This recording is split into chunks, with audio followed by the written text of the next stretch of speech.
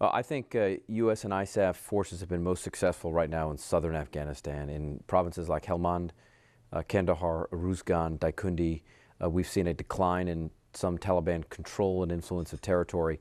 I think what is important in those areas is what forces and civilians have done in those areas, including the development agencies, is to get out of forward operating bases and to live in and amongst the local population, and to leverage local tribal, sub-tribe, clan structures, sort of the power structures that exists in rural Afghanistan, and to combine what is really a bottom-up effort to support local Afghan communities with a top-down one that supports central government institutions, so in these areas at the provincial and the district level.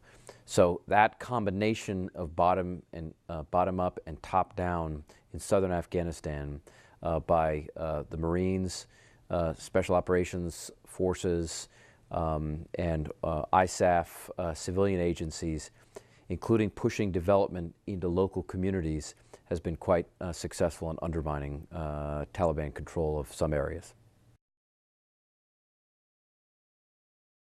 I think after the surge forces complete their withdrawal, I think there should be a strong impetus to focus on recognizing that when one gets into rural areas, one has to deal with legitimate tribal, sub-tribe, clan institutions in addition to the central government.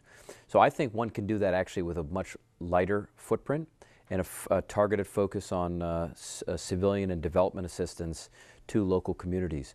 So I actually think in many ways decreasing aid flows to parts of these rural areas actually will be helpful, because you won't be flooding large amounts of money into areas, and actually decreasing the footprint is helpful in a range of areas, because what it does is it forces both Afghan local communities and the national security forces to take the lead, which is the only way this counterinsurgency effort will ever succeed and ever be sustainable, if the national and the local part, I think, is increasingly important. They have got to take the lead in the transition efforts.